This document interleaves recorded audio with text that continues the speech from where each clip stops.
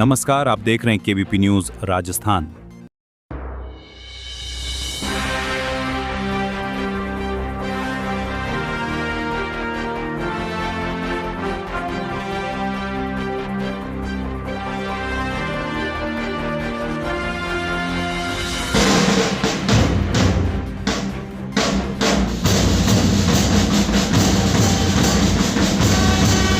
साक्षरता से ही जीवन ज्ञान, कौशल और विकास की संभावना। राज्यपाल।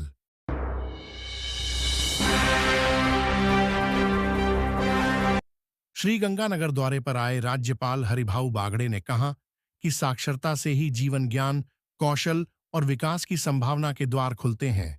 उन्होंने कहा कि शिक्षा के साथ न्यायपूर्ण, शांतिपूर्ण और टिकाऊ समाज के निर्माण में हम सभी समान रूप से अपनी भूमिका निभा सकते हैं। भारतीय संस्कृति इसलिए सनातन है कि इसमें सभी के कल्याण के स्रोत निश्चित हैं। किसी भी राष्ट्र की प्रगति उसके प्राकृतिक संसाधनों से नहीं, बल्कि उनके मानव संसाधनों से होती है। मानव संसाधन तभी सशक्त बनते हैं जब उन्हें उत्तम शिक्षा, संस्कार और अवसर प्राप्त हो।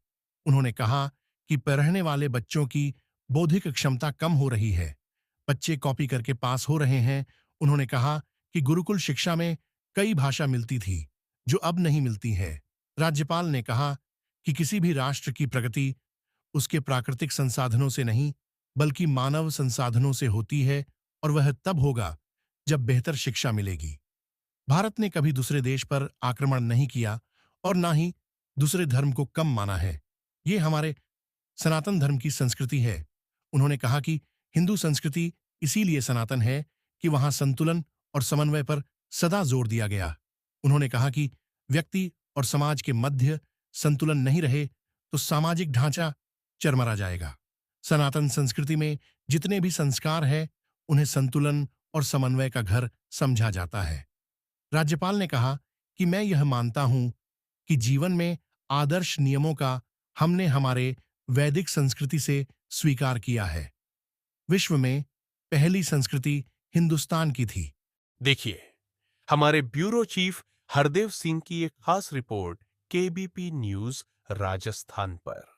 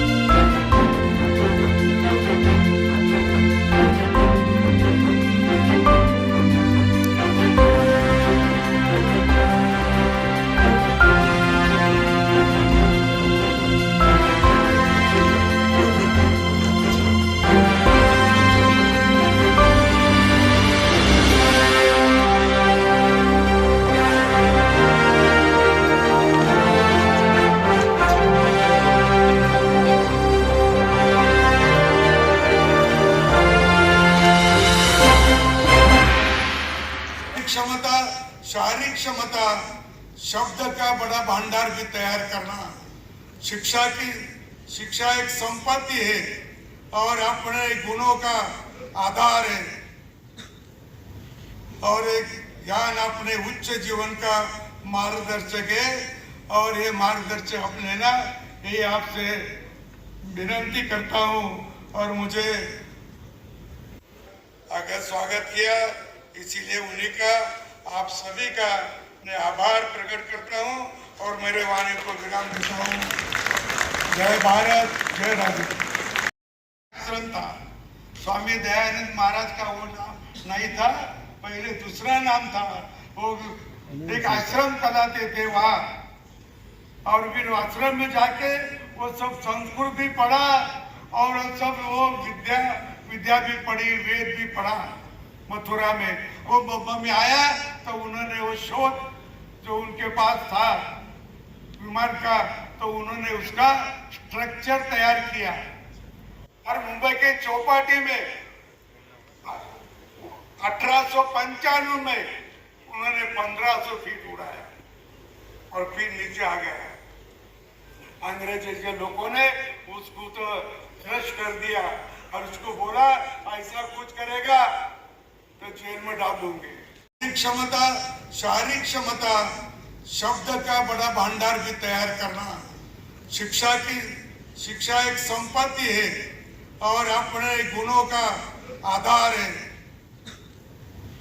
और एक ज्ञान अपने उच्च जीवन का मार्गदर्शक है और ये मार्गदर्शक अपने ना ये आपसे विनती करता हूँ और मुझे अगर स्वागत किया इसीलिए उन्हीं का आप सभी का मैं आभार प्रकट करता हूँ और मेरे वाणी को विराम देता हूँ।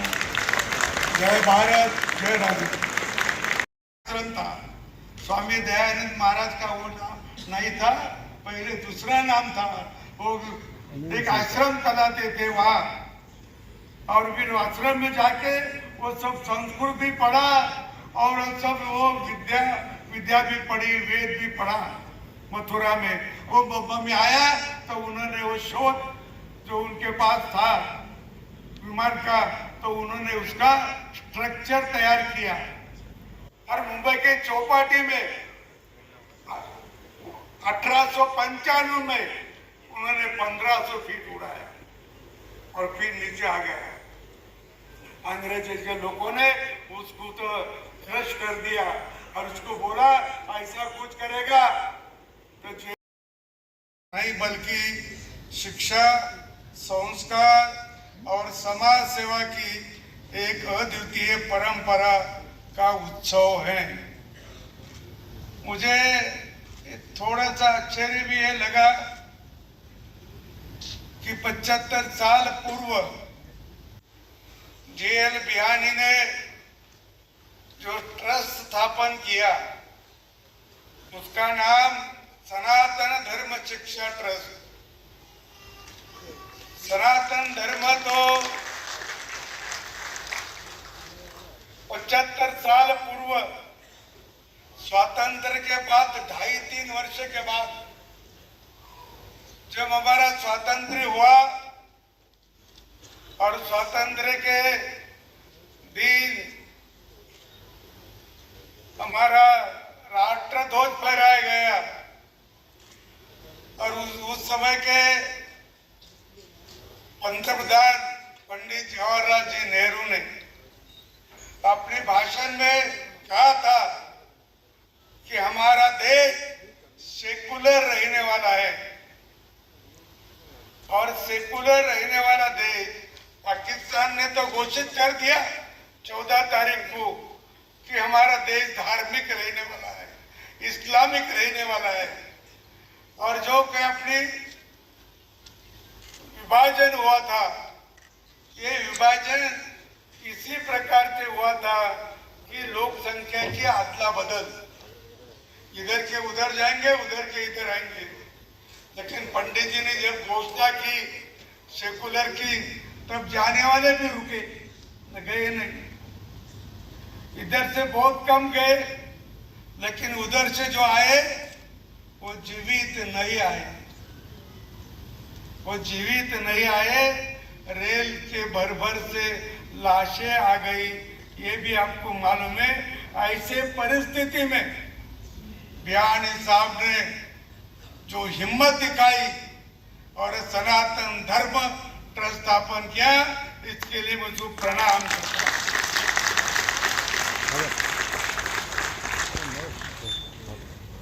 आज अंतर्राष्ट्रीय साक्षरता दिवस भी है, इसके भी आज सभी को बहुत बहुत बधाई और शुभकामनाएं।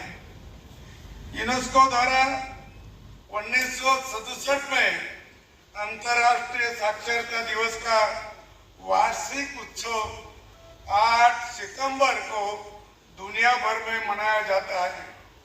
इस दिवस को मनाने का उद्देश्य यही है कि पूरा विश्व साक्षर हो।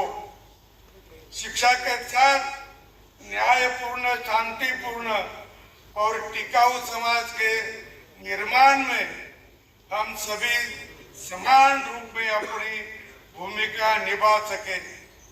मैं ये मानता हूं कि साक्षरता सभी के लिए एक मौलिक मानवाधिकार है। साक्षरता से ही जीवन में ज्ञान, कौशल्य और विकास की संभावना के द्वार खुलते हैं।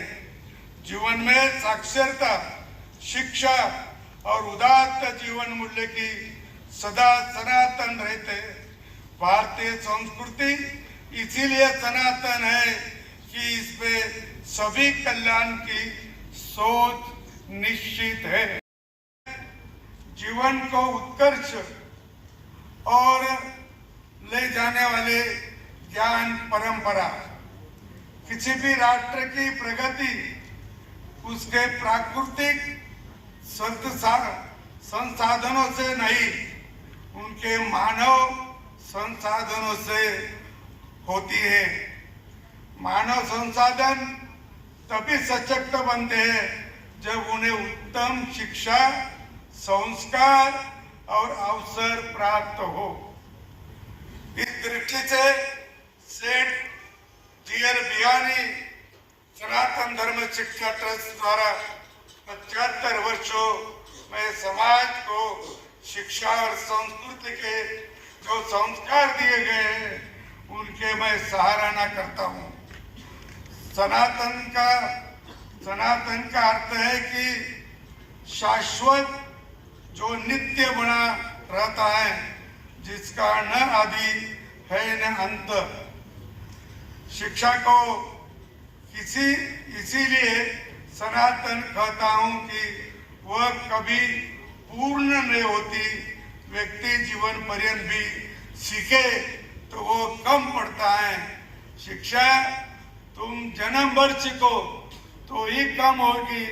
इतनी शिक्षा होती है, वो सब शिक्षा आप नहीं प्राप्त कर सकते।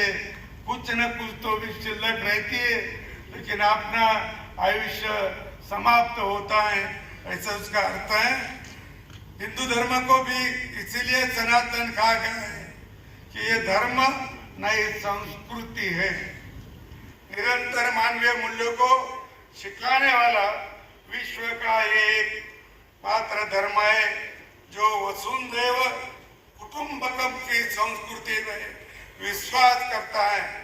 हमारे यहाँ धर्म की प्रार्थना भी जो है वो सर्वत्र सबके कल्याण की जुड़ी हुई है।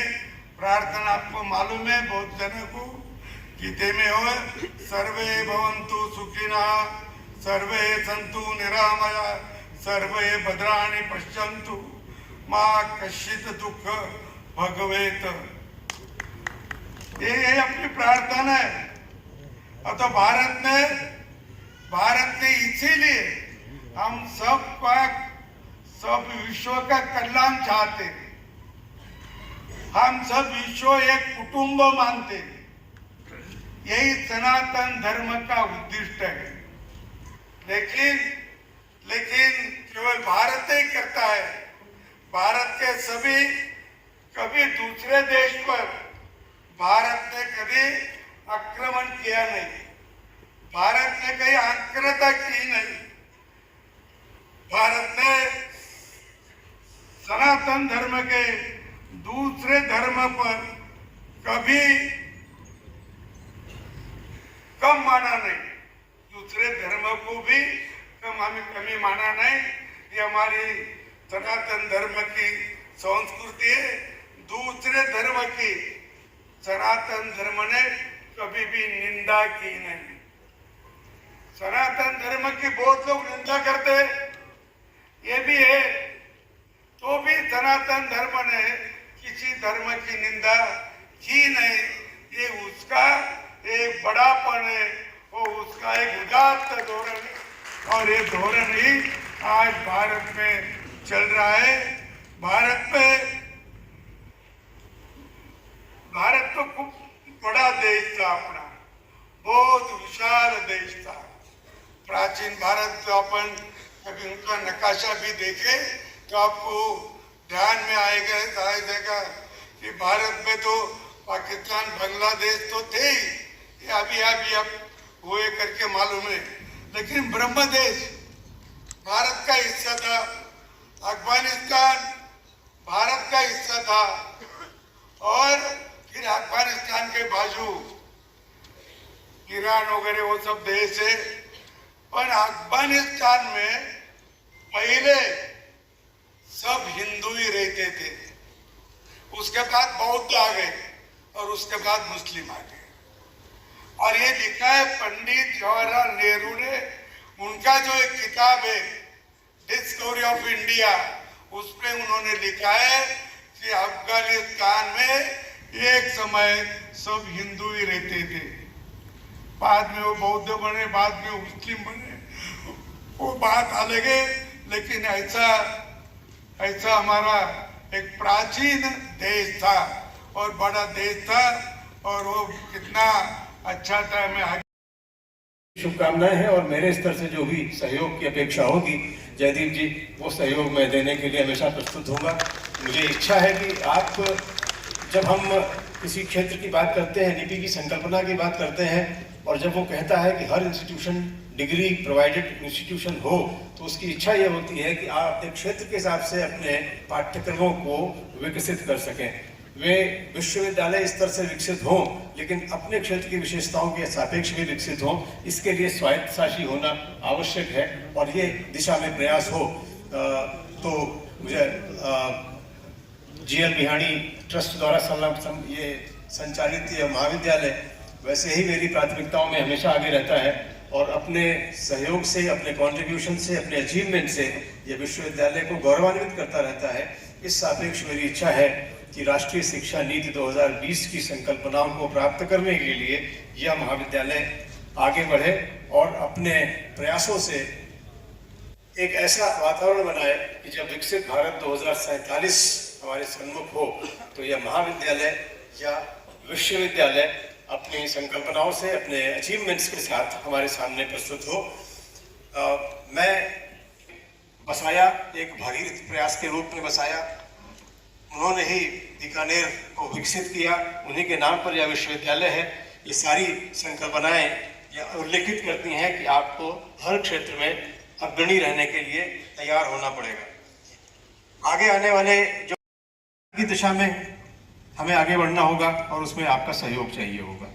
रोबोटिक्स के क्षेत्र में, AI के क्षेत्र में, साइबर लॉज के क्षेत्र में, साइबर सिक्योरिटी के क्षेत्र में, लीगल स्टडीज के लिए नए फोकस के साथ लीगल एड हॉस्पिटल की स्थापना, और सबसे बड़ी चीज जो होती है वो है स्पोर्ट्स।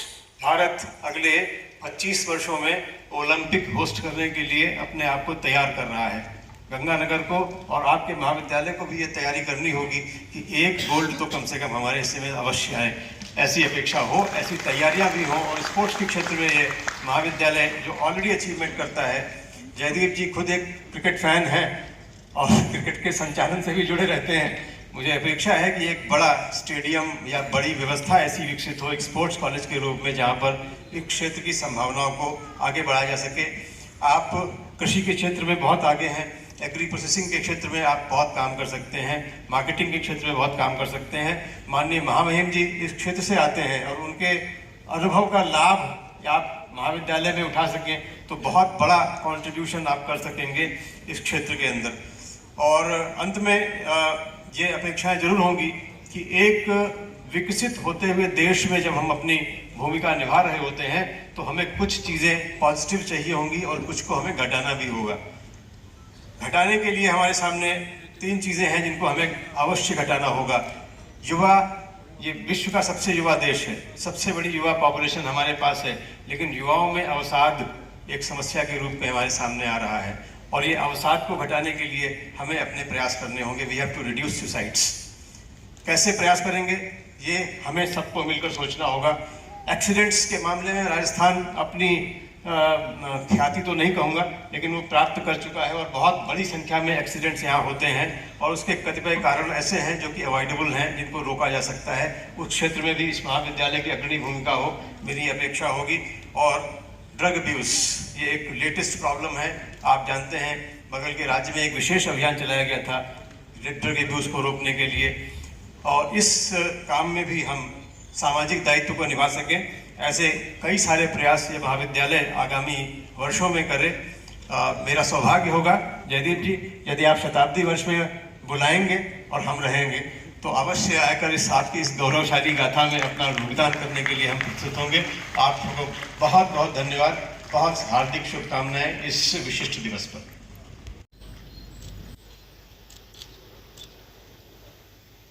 और सर के बिहाफ पर ग्रहण करें।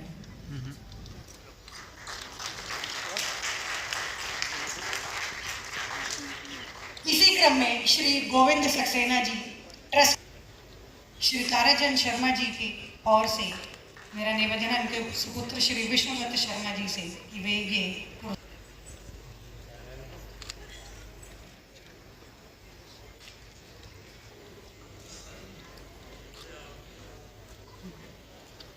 श्री मदन लाल शर्मा जी दीर्घकालीन संगठन सचिव ट्रस्ट मेरे तो उनके सुपुत्र श्री विकास गौड़ जी यहाँ डॉक्टर टी.आर. जुनेजा जी फार्मेसी महाविद्यालय के संस्थापक प्राचार्य अस्वस्थ होने के कारण वे नहीं आ पाए हैं, अतः मेरा अनुरोध है फार्मेसी कॉलेज के प्राचार्य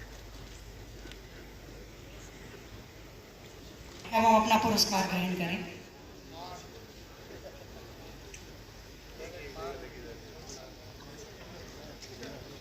डॉक्टर बी.एन. कौशिक जी पूर्व प्राचार्य B.Ed. महाविद्यालय,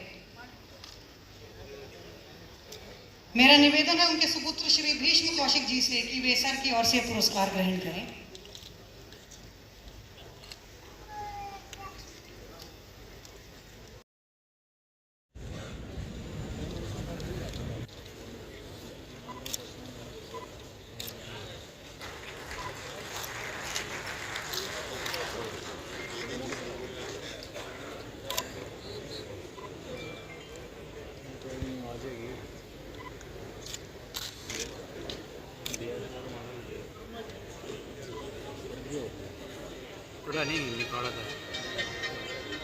प्राधिकरण की पहल में कॉलेज का प्रतिनिधित्व किया।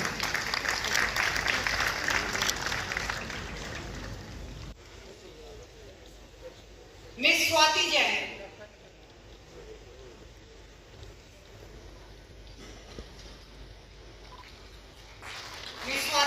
से गिरधारीलाल बिहानी सनातन धर्म college of technical education pharmacy college से बैडमिंटन डबल्स में विजेता रही, शतरंज में उप विजेता एवं टेबल टेनिस केकल में उप विजेता रही।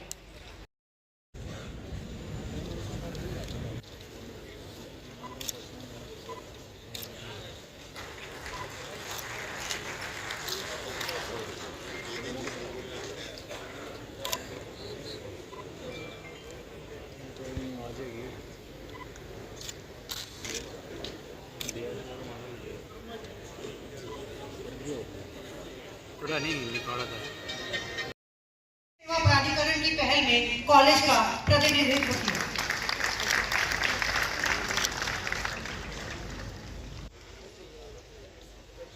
मिस स्वाति जैन,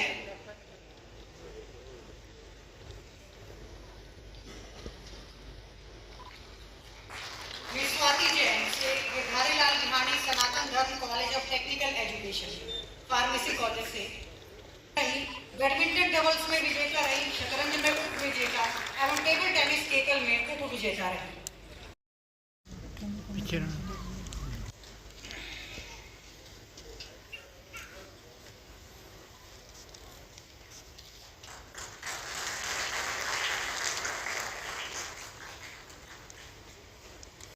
सेवा प्राधिकरण की पहल में कॉलेज का प्रतिनिधित्व किया।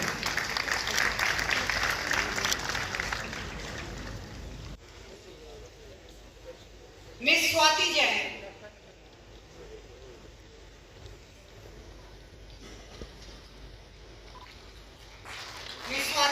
से गिरधारीलाल बिहानी सनातन धर्म college of technical education pharmacy college से बैडमिंटन डबल्स में विजेता रही, शतरंज में उप विजेता एवं टेबल टेनिस केकल में उप विजेता रही।